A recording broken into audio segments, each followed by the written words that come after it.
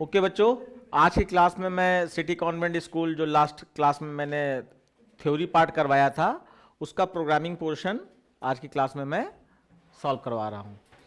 ये section B है, question number 3 ये सारा हो गया था। सेक्शन बी अब स्टार्ट हो रहा है आपका। देखिए क्वेश्चन पढ़ना क्या है मैं इसको बताऊंगा ही आपको। क्लास का नाम एम्प्लॉई है, डेटा मेंबर में पैन नंबर है, एम्प्लॉई का नेम है, इनकम टैक्स है और टैक्स निकालना है, इनपुट कैल्क और डिस्प्ले। ये वैल्यू इनपुट कैलकुलेशन और प्रिंटिंग करने के लिए बनाए गए हैं। कैलकुलेशन आपका इस हिसाब से लगना है। ये एक्सीडिंग वाला याद है आप लोगों को, टेस्ट में कई बार दिया है कि ये वाला पार्ट माइनस करके जो टैक्सेबल इनकम है उसमें से ये वाला पार्ट माइनस करके आपको रिजल्ट निकालना होता है और परसेंटेज निकालना होता है, उसके बाद प्रिंट कर देना है। तो ये आपका छोटा सा क्वेश्चन है, मैं अभी करा रहा हूँ, फटाफट देख लीजिए। और ये सारी चीज़ें समझो, एक्सीडिंग का मतलब अभी यहाँ पे मैं दिखाऊंगा करूँगा तब कि जितना अमाउंट हो चुका है उसमें से अगर एक्सीडिंग 1 लाख कहा गया यानी 1 लाख माइनस करके जो बचा अमाउंट उसका 10% निकालना है। जैसे 1.5 लाख रुपए आपने दे दिया, अब उसमें 1.5 लाख रुपए कंडीशन 2 में आया जिसमें लिखा है एक्सीडिंग 1 लाख का 10% निकालना है। तो यानी कि 1.5 लाख में से 1 लाख एक्सीडिंग वाला निकाल दो तो बचा क्या 50,000, 50,000 का 10% निकालना है। ये रहता है।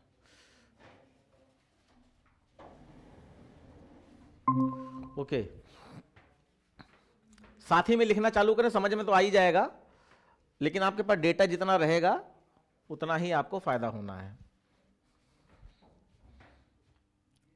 थोड़ा जल्दी भी करके देखना क्योंकि सारे क्वेश्चन करने 6 क्वेश्चन। तो देखिए क्लास का नाम एम्प्लॉय हो गया। Question number 3, import class employ. थोड़ा राइटिंग हमारी सही नहीं रहेगी क्योंकि ठंड बहुत ज़्यादा लग रही है, इसलिए जो है भावनाओं को समझना। पैन, आईएनटी में पैन दिया है, स्ट्रिंग में एम्प्लॉय का नाम दिया है, नेम, और उसके बाद जो है डबल में टैक्स इनकम है, वेरिएबल का नाम टैक्स इनकम, और साथ में एक टैक्स नाम का वेरिएबल है। ये सब डबल टाइप के हैं तो एक ही लाइन में कर सकते हैं हम लोग, टैक्स। उसके बाद फिर आपका इनपुट फंक्शन है, इसमें कंस्ट्रक्टर नहीं है तो यानी सीधे आप वर्ड इनपुट बना सकते हैं। अच्छा, इसमें वर्ड नहीं लिखा है, खाली इनपुट लिखा है, तो ये आप कंफ्यूज ना होइएगा। आपको कमेंट लाइन में पढ़ना है कि अगर किसी फंक्शन के रिटर्न टाइप नहीं बताया गया जैसे ये, तो कमेंट लाइन में पढ़ना है अगर रिटर्न करने की बात कही जा रही तब तो आपको इसको ध्यान देना है कि इंट रहे या फ्लोट रहे या स्ट्रिंग रहे, नहीं तो आप हमेशा वर्ड, जैसे इसमें दिए ही नहीं गया रिटर्न टाइप, लेकिन इनपुट आपका रिटर्न टाइप होता ही नहीं इनपुट में कुछ। अब आपको खाली यहाँ स्कैनर लाइन लगाकर, तो इनपुट में क्या करते हैं सारी चीज़ें इनपुट कर लेते हैं, तो इसमें स्कैनर वाली लाइन की जरूरत होती है। और इसमें आपको सीक्वेंस वाइज जो जो इनपुट करने के लिए कहा गया है आप अलग अलग इनपुट कर सकते हैं, जैसे enter, enter PAN number, PAN number, तो यहाँ पे PAN is equal to SC dot next INT। उसके बाद फिर आपका नेम है SOPLN, एंटर नेम, नेम, तो नेम को स्टोर करने के लिए लाइन क्या होती है, name is equal to SC dot next, line का L बड़ा होगा, और फिर SOPLN, enter taxable income,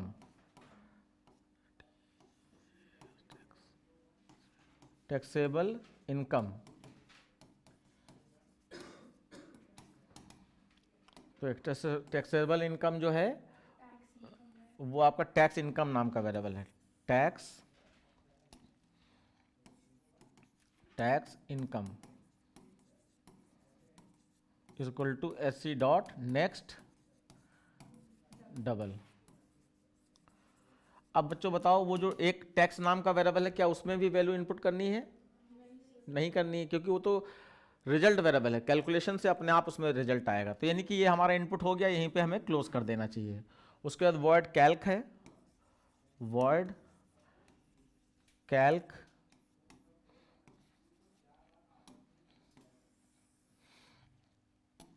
Calc में आपका कैलकुलेशन टेबल के हिसाब से होनी है। और इनकम टैक्स नाम का जो वेरिएबल है, टैक्स इनकम है ना नाम, टैक्स इनकम। तो कंडीशन है इफ ये टैक्स इनकम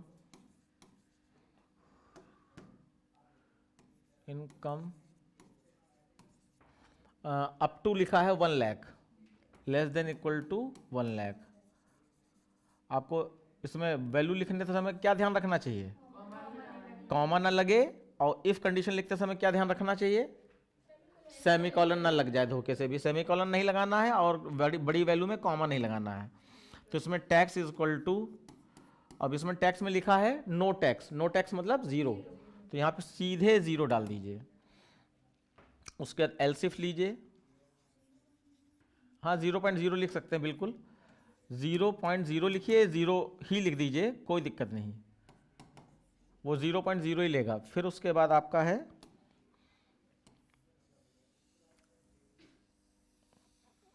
टैक्स इनकम, अरे इसको क्या ले,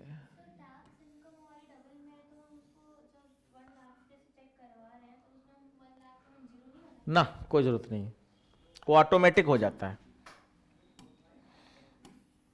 अब यहाँ tax income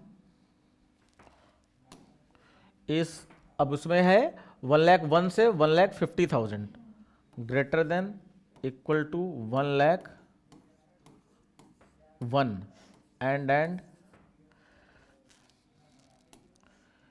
income tax income is less than 1,50,000, less than equal to 1,50,000।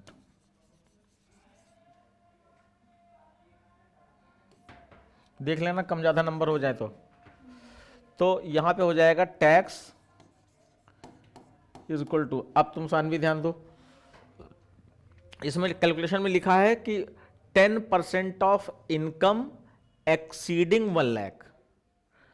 10% of, 10% किसका निकालना है? इनकम का निकालना है। इनकम क्या है? ये इनकम टैक्स वाला इनकम है। 10% ऑफ इनकम निकालना है किसका? एक्सीडिंग 10 लाख, एक्सीडिंग 1 लाख, यानी इसमें से 1 लाख माइनस करके जो बचेगा इनकम का, उसका 10% निकालना है। हाँ, तो हम लोग यहाँ पे लाइन जो बनाएंगे, तो यहाँ पे लिख देंगे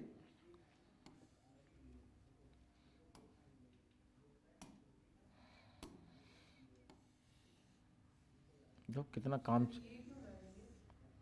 माइनस करना है ना, तो हम यहाँ टैक्स इनकम लिखेंगे और माइनस एक्सीडिंग वाला पार्ट हमेशा माइनस कर दिया जाता है, -1 लाख, 1 2 3 4 5, -1 लाख का 10%। अब 1 लाख माइनस हो गया, इसका 10%, तो इंटू 10% को कितना लिख सकते हैं? 0.10, ये लिख सकते हैं। ठीक है, उसके बाद अब इसी को कॉपी पेस्ट करते रहिए।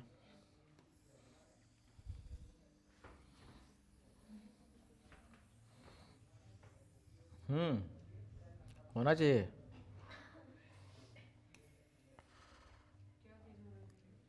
और फिर एलसिफ डाल दिया। अब इसमें जो है आपका ये वैल्यू खाली बदलेगी और यहाँ पे माइनस वाला पार्ट बदलेगा। तो ओके, यहाँ पे वैल्यू है 1,50,000 1 से 1,50,000 1, देखो सही लिखा, 1,50,000 1 से आपका 2,50,000, 2,50,000 इतना अगर है, तो इसमें आपका एक्सीडिंग पार्ट इसमें 1,50,000 है, 1,50,000 एक्सीडिंग पार्ट है। अब इसका जो है कितना है, इसका आपका 20% है, तो थोड़ा सा यहाँ पे लाइन मैं पहले लिख लूँ तब आप लिखना। हाँ, उसमें एक और चीज़ बढ़ी है, पॉइंट कितना है 20%, 20, और इसमें एक लाइन और बढ़ानी है।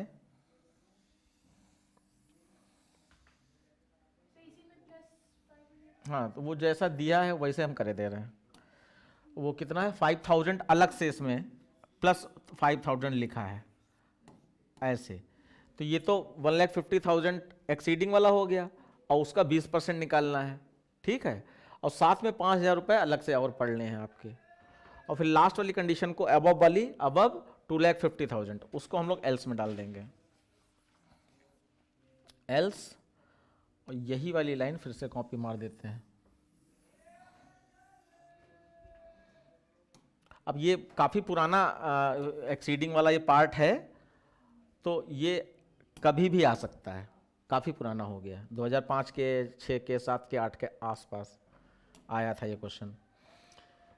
इसमें आपका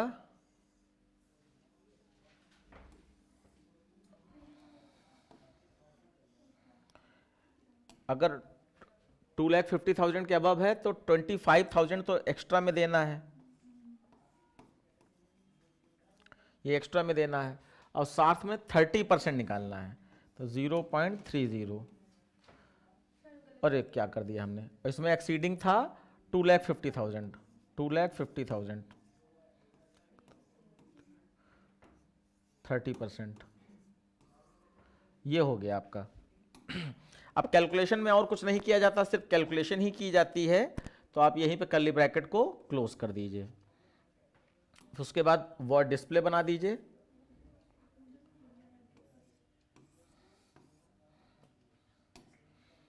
word display,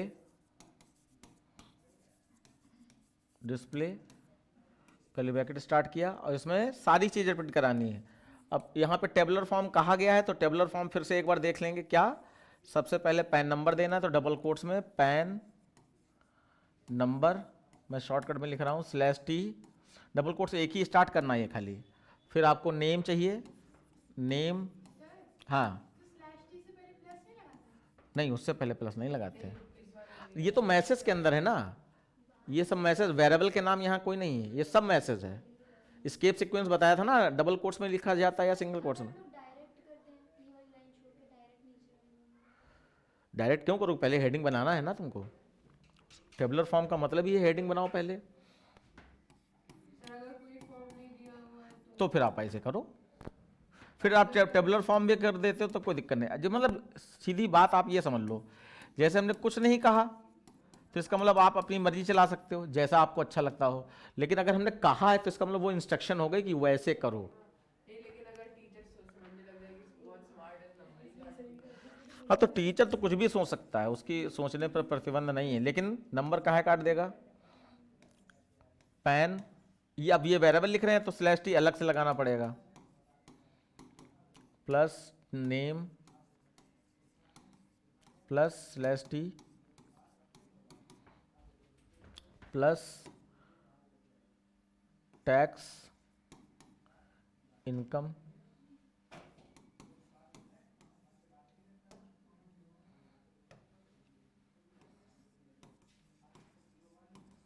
plus /t plus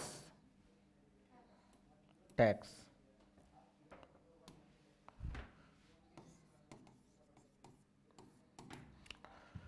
और फिर ये आपका काम खत्म टेबुलर फॉर्म वाला। तो याद रखना है ऊपर वाले में सिर्फ एक ही डबल कोट्स रहेगा और सारी हेडिंग्स के बीच में /t रहेगा, और नीचे वाले में हर वेरिएबल के नाम के बाद प्लस लगाकर /t, प्लस लगाकर वेरिएबल नाम, प्लस लगाकर /t, इस तरीके से आगे बढ़ाएंगे। उसके बाद फिर इन्होंने वर्डमैन, हाँ वर्डमैन कहा है, write a void main function to call above function. तो यहाँ पे पॉलीस्टैटिक वर्डमैन, मैं इसको शॉर्टकट में PSVM लिख रहा हूँ, क्लास का नाम एम्प्लॉई है। सानवी तुमको रट नहीं गया ये सब चीजें, अगर बहुत अच्छा,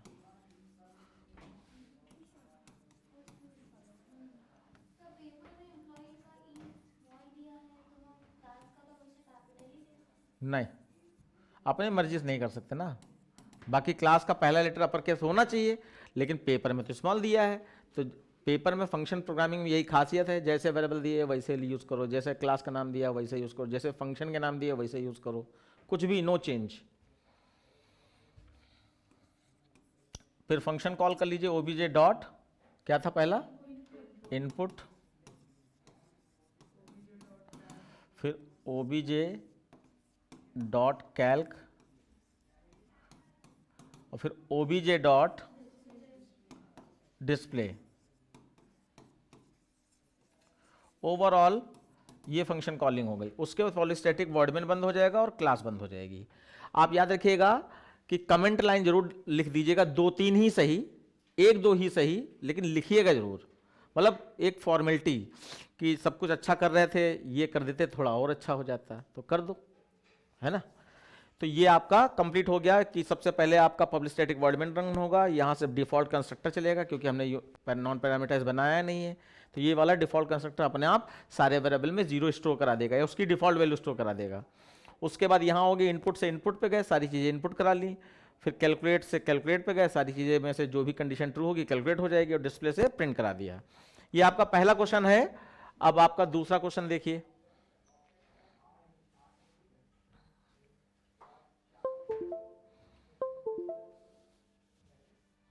ओके, तो ये देखो टेबल ये दी गई थी, एक बार मैं हट जा रहा हूँ, आप चाहें तो स्क्रीनशॉट वगैरह ले लें इसका।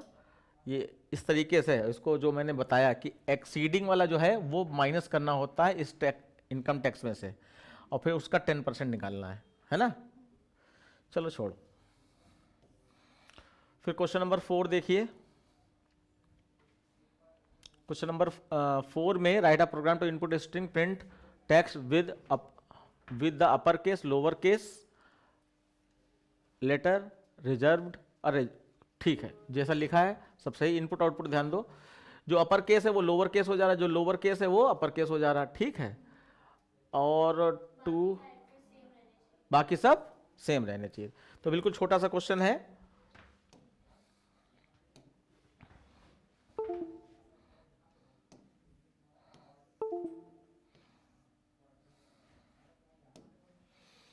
यस, आप इसमें क्वेश्चन नंबर 4 डाल के लिख सकते हैं।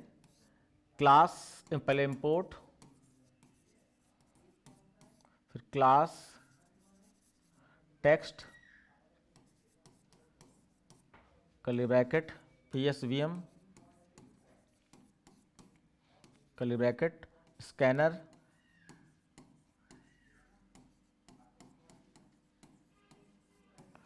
फिर उसके बाद यहाँ पे लिखेंगे हमें एक स्ट्रिंग वेरिएबल चाहिए होगा।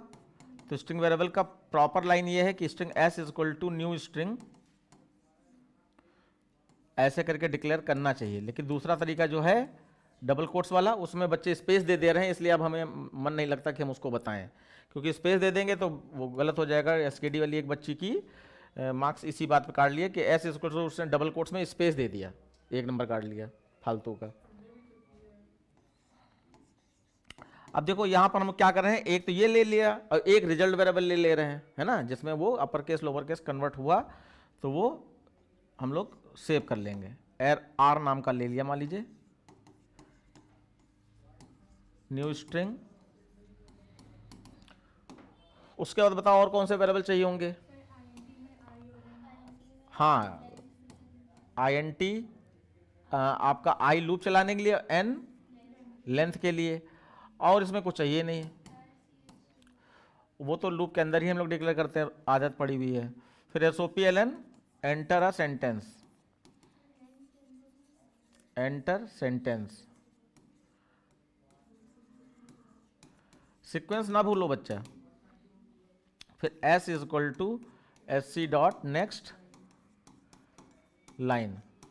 अब आप सोचो, आप कह रहे हो लेंथ पहले ले लो, जब पहले इनपुट होगा उसके बाद लेंथ आएगी ना, पहले खाना बनाओगी तभी खाओगी ना।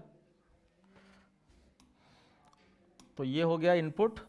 अब यहां पर लेंथ निकाल लेते हैं। लेंथ हमेशा इनपुट करने के बाद ही निकलती है, S डॉट लेंथ।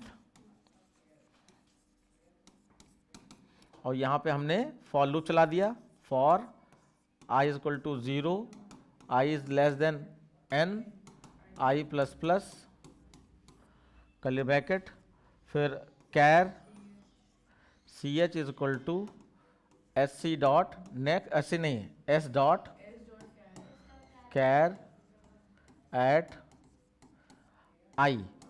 तो ये कैरेक्टर तोड़ने वाली लाइन हो गई स्ट्रिंग की, एक कैरेक्टर टूटता जाएगा। उसके बाद यहां पर अब क्या करना चाहिए? यस, अब हमें चेक करना है कि कैरेक्टर क्या अपर केस है। तो कैरेक्टर के लिए यहां पे कई बच्चे C H dot is upper case लिख देते हैं, सी एच नहीं, character dot is upper case, character dot is upper का यू बड़ा है। ये लेटर ही तो चेक कराएंगे, ये किस लिए दे रहे हैं? इस फंक्शन क्या करता है बेटा, भूल गई क्या तुम? नहीं पता है?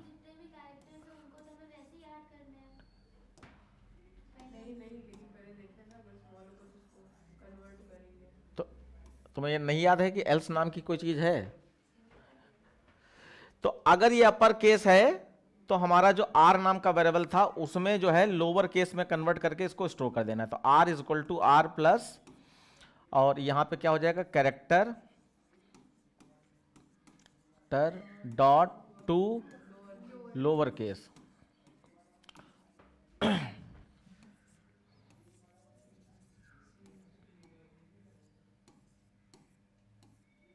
ठीक, ये हो गया, ये हमने ऐड कर दिया। और अगर वो अपर केस नहीं है तो इसका मतलब वो लोअर केस में होगा। तो अगर लोअर केस में होगा तो उसको अपर केस में कन्वर्ट करना है। तो यहां एल्स में ही डाले दे रहे हैं, और स्पेस के लिए कुछ नहीं करेंगे। क्यों? क्योंकि स्पेशल कैरेक्टर में कोई चेंजेस तो आता नहीं, अपर केस लोअर केस। हाँ, तो एल्स में आएगा ना, फिर वो एल्स में आएगा। तो जैसे स्पेस आया, मान लीजिए एल्स में स्पेस, वहां तो ट्रू नहीं होगा, तो एल्स में आएगा, और स्पेस को वो टू अपर केस करने की कोशिश करेगा, तो स्पेस तो अपर केस होता नहीं है। अगर तुम्हें डर लग रहा है तो एल्स में स्पेस दे दो, अगर डर लग रहा है तो। चलो डर लग रहा है छोड़ो, तो हम लोग यहां पर एल्स इफ लगा लेंगे। एल्स इफ, रिस्क नहीं लेना है हमें, dot is lower case, lower case bracket में सी एच। अच्छा, यहां पर अगर आप इक्वल टू ट्रू नहीं लिखना चाहते हैं तो ना भी लिखे, मैंने एक लाइन ऐसे लिख दी, ठीक है। तो यहां हो जाएगा R is equal to are plus character dot to upper case, क्योंकि लोअर केस है इस समय, ये अपर केस और ब्रैकेट में सी एच। अब देखो, अगर ये अपर केस भी नहीं है और लोअर केस भी नहीं है तो इसका मतलब वो स्पेस होगा। तो स्पेस या कोई भी स्पेशल कैरेक्टर, तो वो वैसे रहना चाहिए। तो R is equal to are plus क्या लिख दिया जाएगा, सी एच। सी एच में वो कैरेक्टर है, अगर अपर केस है तो वो लोअर केस में कन्वर्ट हो जाए, अगर लोअर केस है तो वो अपर केस में कन्वर्ट हो जाए। अगर ना अपर केस है ना लोअर केस है तो इसका मतलब वो स्पेशल कैरेक्टर कोई भी, चाहे स्पेस हो चाहे डॉलर साइन टाइप का, तो वो वैसा ही जुड़ जाए। और उसके बाद इसको कर दिया हमने बंद, और फिर आप यहां पर एसओपीएलएन में आर को प्रिंट करा दिए। मैसेज देना चाहो दे सकते, न्यू स्ट्रिंग हम ऐसे लिखे दे रहे हैं, और फिर उसके बाद पब्लिक स्टैटिक वॉइड मेन बंद और क्लास बंद। आपका ये हो गया। ऑनलाइन वाले बच्चे कुछ बोल नहीं रहे हैं, आ रहा है कुछ नहीं आ रहा है? Yes sir. सीधा सीधा है फंक्शंस। बाकी इसके लिए आप जो है यहां पर ये भी ध्यान से दे सकते हैं कि ये दोनों काम अस्काई कोड से हो जाते हैं। यहां पर अगर हम लोअर केस चेक करना चाहते तो क्या लिख सकते थे, एक बार खाली सुन लो, कन्वर्ट करने की जरूरत नहीं हो, चेक तो हमेशा अस्काई कोड में ही होता है। यहां पे लिख सकते थे एल्सिफ सी एच, अब ये लोअर केस 97 से होता है, तो C H is greater than equal to 97 लिख सकते हैं, सिंगल कोट्स में स्मॉल ए लिख सकते हैं, 97 लिखो या सिंगल कोट्स में small A, and C H is less than equal to single quotes में स्मॉल जेड। और फिर यहां पर क्या लिखोगे, इस लाइन की जगह पे मैं हल्का सा दिखाई दे रहा हूं, इसकी जगह पर आप लिख सकते हो, जब यहां पर हम क्या कर रहे हैं, अपर केस में कर रहे हैं, यानी कि 97 को 65 बना रहे हैं, तो यानी -32 होगा। तो आप यहां लिख सकते हो r is equal to are plus char और यहाँ पर CH -32। अगर ये लिखोगे तो ये लाइन लिखो या ये लाइन लिखो, दोनों का मतलब सेम है। अब जैसे यहाँ एक स्मॉल a होता सपोज दैट, तो स्मॉल a 97 होता, 97 में 32 माइनस हो जाता, 65 बन जाता, लेकिन वो न्यू नंबर में आता, तो नंबर को फिर से कैर में कन्वर्ट करके CH में R में जोड़ दिया। तो ये लाइन और करके ऐसे लिख लेना साइड में कि इसकी नॉलेज होनी चाहिए, क्योंकि हो सकता है कैरेक्टर का ये फॉर्मेट भूल जाए कोई बच्चा, तो वो ये कर सकता है। अरे यहाँ टूटेगा नहीं। ठीक है बच्चों, ये हो गया। उसके बाद मैं दूसरा क्वेश्चन दिखा रहा हूं आपको।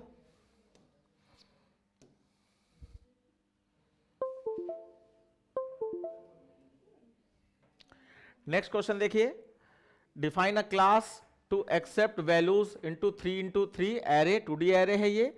Check special array, special array बताओ, स्पेशल एरे भी चेक कराया जाता है। ठीक है, स्पेशल एरे की डेफिनेशन क्या है? If sum of the even element is equal to sum of the odd element. यानी कि ये आपका 2D एरे है, इसमें इवन नंबरों का सम अलग करो और ऑड नंबरों का सम अलग करो, और फिर दोनों को मैच कर लो बाहर आकर कि वो क्या दोनों मैच होते हैं, अगर हैं तो स्पेशल एरे। तो यहां पर define a class accept, accept कह रहे हैं, इसका मतलब वैल्यू इनपुट करनी पड़ेगी। जैसे इन्होंने ये तो सिर्फ आइडिया दिया है, तो ठीक, बहुत आसान है, और ये 3x3 का है। किसी भी टॉपिक की पहली आप 2 या 3 क्लास अगर आपने देख ली, कर ली, तो उस टॉपिक का आइडिया है आपको, एरएम कैसे इनपुट होती है, वैल्यू कैसे प्रिंट होती है। बाकी तो पुराना लॉजिक जो लूप तक का पढ़ा है, पैटर्न तक का, वहीं सारे लॉजिक आने हैं। क्वेश्चन नंबर 5, यहां पे आपका import class array curly bracket PSVM scanner. अपने आप करने की कोशिश करो जिनको आता है, और इधर देखते रहो अगर जरूरत पड़े तो। फिर यहाँ पर एक 2D एरे डिक्लेयर किया, INT A square bracket is equal to new INT, और 3x3 का है, तो 3 पहले स्क्वायर ब्रैकेट में, दूसरे स्क्वायर ब्रैकेट में 3, ये एरे हो गया। उसके बाद हमें एरे 2D एरे है, तो लूप चलाने के लिए IJ चाहिए होता है, IJ, और फिर यहां पर हमें सम करना है, तो S1 और S2 ले लेते हैं। S1 इज इक्वल टू 0 और S2 इज इक्वल टू 0, ये इवन नंबरों का सम लेने के लिए किया। उसके बाद 2 लूप लगेंगे, for I is equal to 0, I is less than 3, I plus plus, for j is equal to 0, j is less than 3, j plus plus. अब यहां पे यही लूप आपकी कैलकुलेशन के लिए जरूरत पड़ेगी, इसलिए हम इसको नीचे कॉपी करे ले रहे हैं।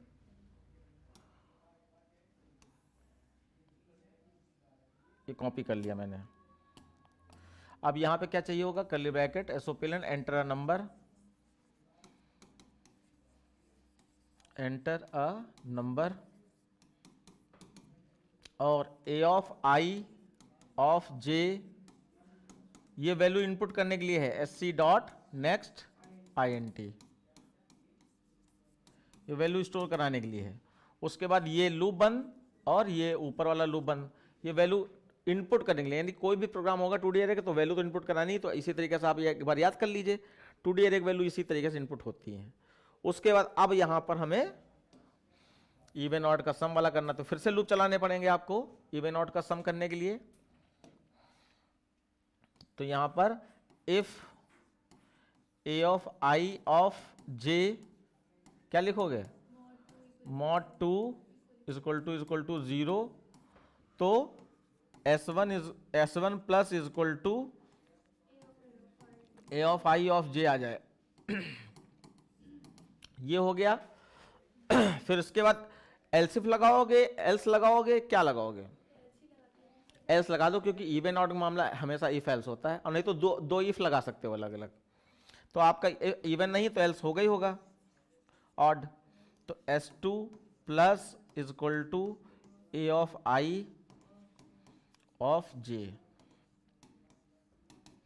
उसके बाद इसको कर दो बंद, ये काम हो गया। उसके बाद खाली मैसेज प्रिंट कराना है, if S1 equal to S2, यानी अगर सम ऑफ इवन नंबर और सम ऑफ ऑड नंबर अगर बराबर है सम, तो स्पेशल एरे।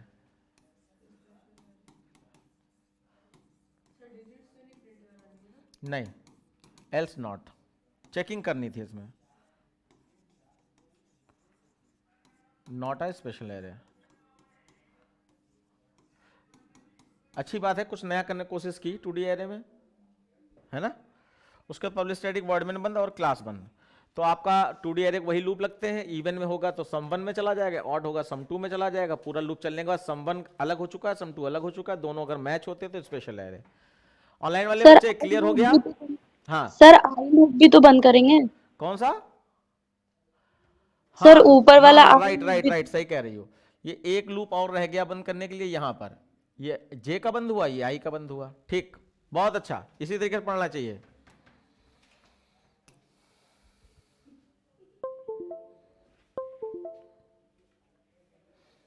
अब ये देखो क्या आ गया, एक नंबर इनपुट करो और चेक करो वो स्पेशल नंबर है और नॉट। और स्पेशल नंबर को मालूम है आपको, हर डिजिट के फैक्टोरियल वैल्यू का सम। ये बोर्ड में आया था क्वेश्चन, और इतने सालों में अकेला ये क्वेश्चन है जो 15 नंबर में आया था। नंबर प्रोग्रामिंग कभी भी 15 नंबर में नहीं आती, वो हमेशा स्विच केस में या आपका वो फंक्शन ओवरलोडिंग में पूछी जाती है। ये एक ही बार ऐसा हुआ है कि फुल क्वेश्चन नंबर प्रोग्रामिंग का आया है 15 नंबर में। तो ठीक है, हम अभी समझा दे रहे हैं स्पेशल नंबर क्या है। बाकी ये कौन इसको पढ़े।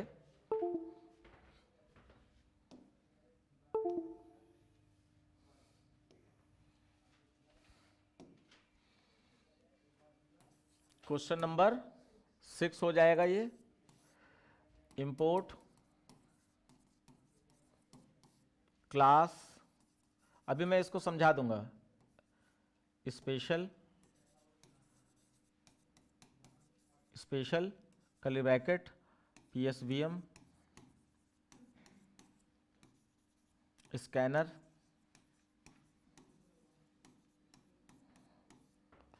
फिर अब इसमें वेरिएबल में INT नम चाहिए होगा नंबर के लिए, आई लूप डिजिट एक्सट्रैक्शन वाला, और जे लूप फैक्टोरियल वैल्यू के लिए, और एफ फैक्टोरियल वैल्यू निकालने के लिए, और सम इज इक्वल टू 0, ये फैक्टोरियल वैल्यू का सम करने के लिए। SOPLN, अगर कोई चीज कहोगे तो मैं समझाऊंगा भी, इसलिए ऑनलाइन वाले बच्चे मुंह बंद करके ना बैठे। अगर कोई भी चाहिए, आप कहते हो कि ये चीज बता दीजिए क्या हो रहा है कैसे हो रहा है, तो मैं समझा दूंगा, क्योंकि ये मैं सब क्लासेस में करा चुका हूं क्वेश्चन, इसीलिए मैं उस पर सिर्फ पेपर सॉल्व कर रहा हूं कि ये सोल्यूशन आपको मिल जाए।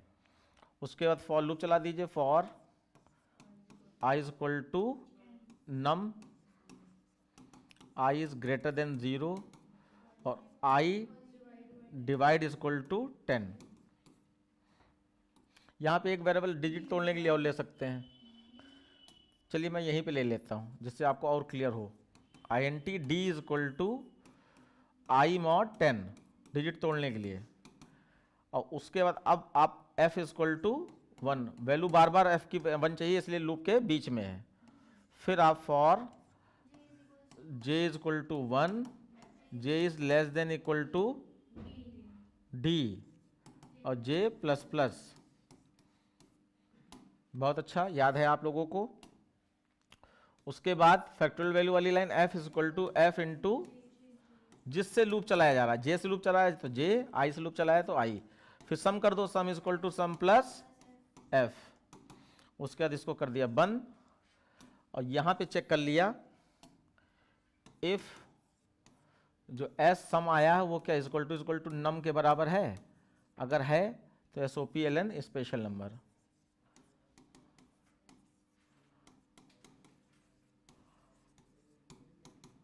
Else not.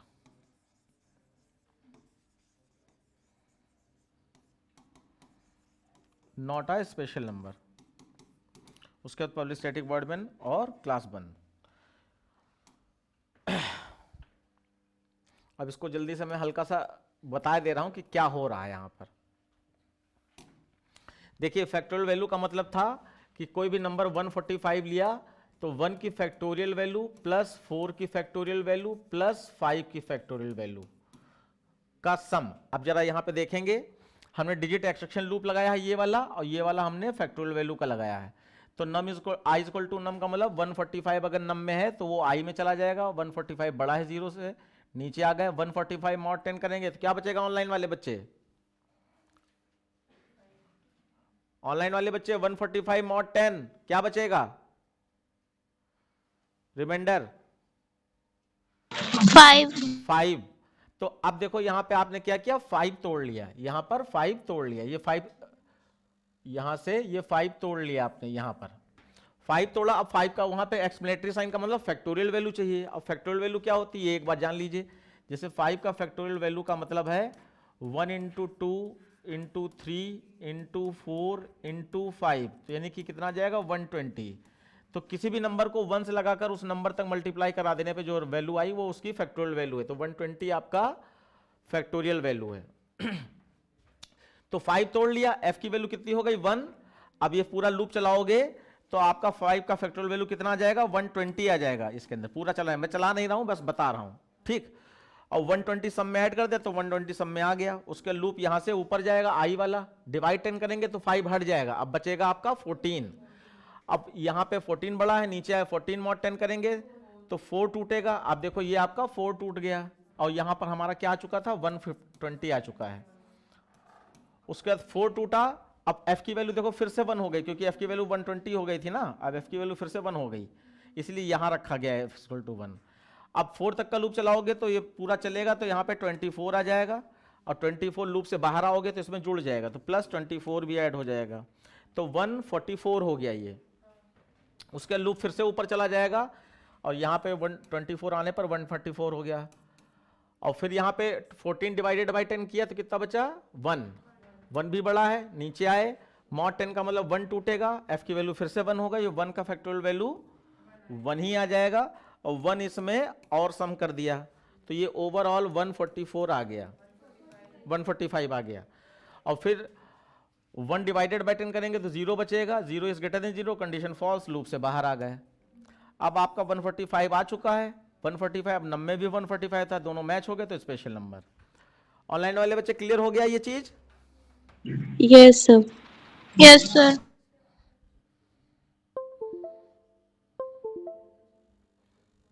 अब देखिए क्वेश्चन नंबर 7, ये भी बोर्ड का क्वेश्चन है कि 10 के वेट इनपुट कराओ पीपल्स के, और उनको आप जो है डिसेंडिंग ऑर्डर में कर दो सिलेक्शन सॉर्ट टेक्निक से। बच्चा इस साल यही आनी है सिलेक्शन सॉर्ट, है ना, तो इसलिए कोई गलती नहीं होनी चाहिए सिलेक्शन सॉर्ट से।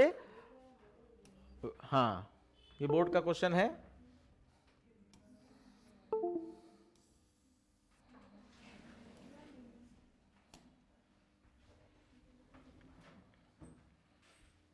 यहाँ पे अब मैं डायरेक्ट वेरिएबल से लिख रहा हूँ, ठीक है, बाकी तो सब सेम है ही। तो क्वेश्चन नंबर 7, ये सिर्फ सिलेक्शन सॉर्टिंग में लिख रहा हूँ। INT एक एरे लेना पड़ेगा इक्वल टू न्यू INT, और एरे यहाँ पे बताया नहीं गया कितना बड़ा लेना है, तो आप अपने मन से यहाँ पर 10 ले लीजिए। 10 लोगों के वेट इनपुट कराएंगे, इसको W ले लीजिए, ज़्यादा अच्छा, वेट है तो W ले लीजिए। उसके बाद SOPLN स्वच्छा, आपको वेरिएबल चाहिए होंगे तो I J और M और P और T इतने वेरिएबल चाहिए होंगे। For I is equal to 0, I is less than 10, I plus plus. For अच्छा यहाँ पर A ऑफ I मैसेज देना चाहे दे दे, एंटर वेट ऑफ पर्सन, और चाहे तो ऐसे कर दे। हाँ W लिखा है, W हम वेट के लिए W लेना चाहते हैं। नेक्स्ट INT, वैसे ये पॉइंट में भी हो सकता है ना, वेट तो है पॉइंट में हो सकता है, तो क्यों गलती करें। आप चेंज नहीं करना चाहते ना करें, लेकिन अब हम सब सही लिख ही रहे हैं तो लिख ही दें। वो तो साफ साफ कहा है उसमें वेट है, तो इसका मतलब पॉइंट में हो सकता है, तो नेक्स्ट डबल हो जाएगा।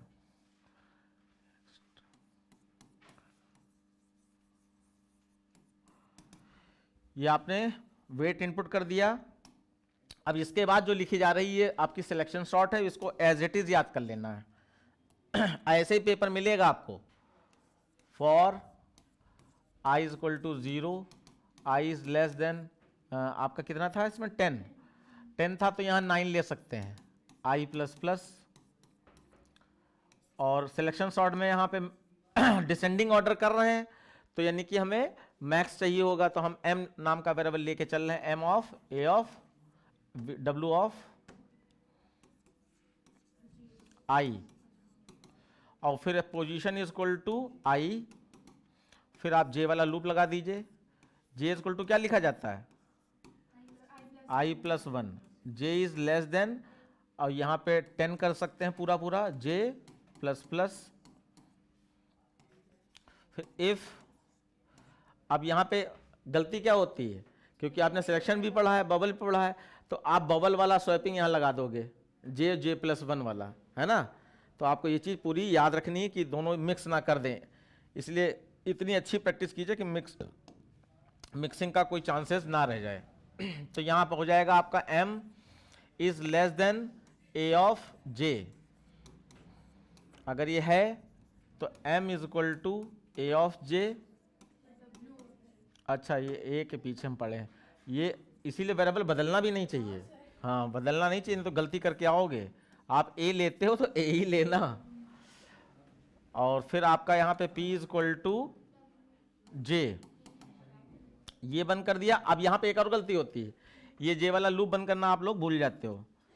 और फिर t इज इक्वल टू क्या हो जाएगा, w ऑफ i, और फिर w of i is equal to w of p,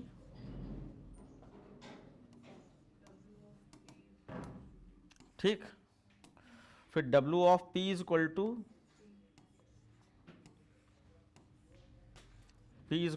क्या हो जाएगा, t। इसको बंद कर दिया, और ऊपर बाकी सब बंद हो चुके हैं ना। उसके बाद खाली प्रिंट करा देना है मैसेज देकर कि wait of person for of persons in descending order, ऐसे मैसेज डाल दो। और यहां पर इसको क्या लिख दें, i is equal to 0, i is less than क्या 10, i प्लस प्लस, और एसओपी एलन में w ऑफ i प्रिंट करा दो। तो ये डिसेंडिंग ऑर्डर में किया है। डिसेंडिंग ऑर्डर की क्या पहचान है, कैसे ये डिसेंडिंग ऑर्डर में है। हाँ, ये जो इफ लगाई है, अगर ये इफ कंडीशन में अगर ये लेस देन लगा है तो इसका मतलब डिसेंडिंग ऑर्डर, अगर ग्रेटर देन लगा दें तो ये असेंडिंग ऑर्डर है। तो ये आपका हो गया, ठीक है।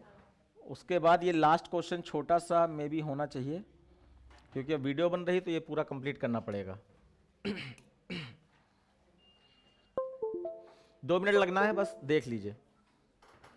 आपका यहां पर ये भी बोर्ड का क्वेश्चन है, लेकिन सब कायदे से लिए गए हैं। str एक स्ट्रिंग है, यह फंक्शन ओवरलोडिंग का है, सारे फंक्शन के नाम चेक हैं, है ना।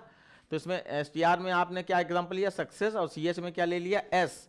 अब आपको पता है करना है कि s कितनी बार प्रेजेंट है, तो s इसमें 3 टाइम्स आया है, ठीक है।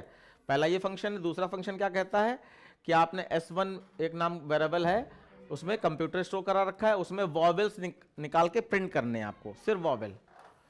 और उसके बाद तीसरा फंक्शन, 2 ही फंक्शन है। चलो अच्छा, और छोटा हो गया, 2 फंक्शन है खाली इसमें।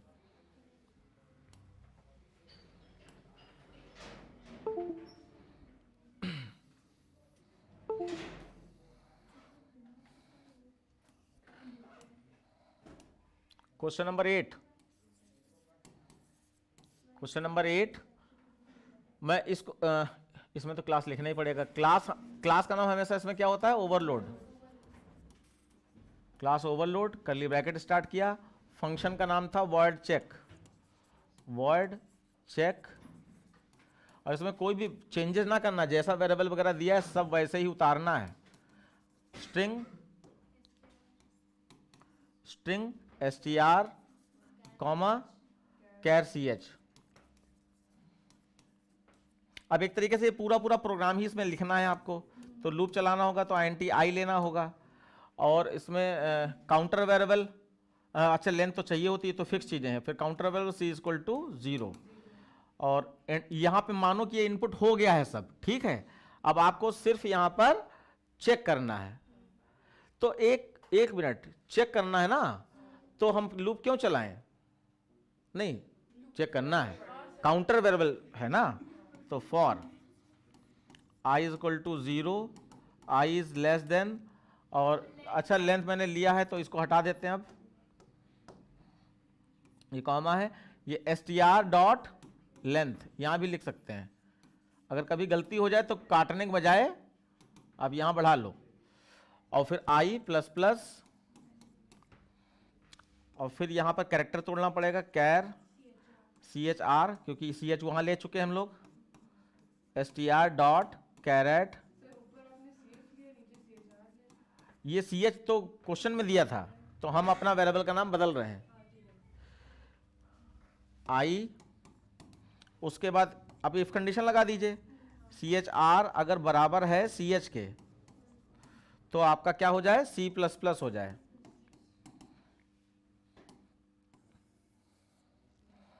और उसके बाद इसको कर दीजिए बन, और फिर आप SOPLN, वो यहां पे number of S present, number of CH number of CH present is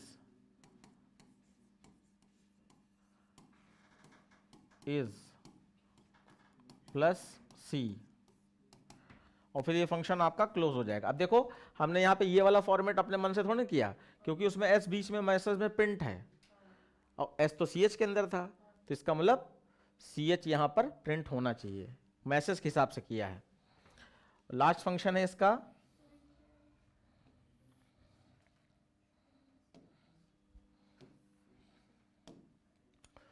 word check,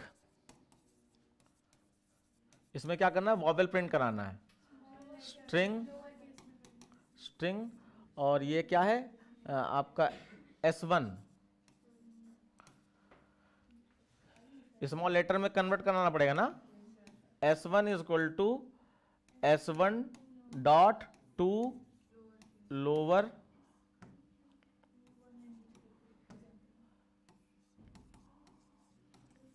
case, तो कन्वर्ट हो गया। उसके बाद अब हमें क्या करना है, इसमें हमें वॉवेल प्रिंट करना है, तो वॉवेल वाला एक स्ट्रिंग ले लें, string V is equal to small वाले AEIOU, फिर लूप चलाने के लिए INT IN, और n में हम लोग निकाल लेते हैं इसकी length, n is equal to क्या हो जाएगा, S1 डॉट लेंथ, उसके लूप चला दीजिए, for i is equal to 0, i is less than n, i plus plus, और यहां पे char CH is equal to S1 dot caret at i, at का a बड़ा होता है, वो कंडीशन बताओ वॉवेल वाली क्या लिखे, if v dot index of का o बड़ा रहता है, CH greater than equal to 0, तो ये वॉवेल के लिए है, अगर है तो वॉवेल प्रिंट कराना बिना लाइन चेंज कराए, तो SOPLN ना लगाना, SOPCH प्लस स्पेस, और उसके बाद इसको कर दो बन। हाँ सिंगल कोट्स में भी ले सकते हैं, खाली मैचिंग जो है सिंगल कोट्स में कंपलसरी है, बाकी प्रिंटिंग या कहीं भी डबल कोट्स ही यूज कीजिए। उसके बाद ये फंक्शन क्लोज हो जाएगा, और ये क्लास एंड ऑफ क्लास, जैसे मैंने बताया है कि PSVM बना के फिक्स वैल्यू भेज दो, वो वाला करना, यहाँ पे मैंने एंड ऑफ क्लास करा दिया है। तो बच्चों इस तरीके से आपका ये पेपर कंप्लीट हो गया है, और अगर आप ऐसे ही पेपर बहुत सारे देखना चाहते हैं तो चैनल को सब्सक्राइब कर लीजिएगा, वीडियो को लाइक कर दीजिएगा, और ऐसे ही चैनल को प्यार देते रहिए।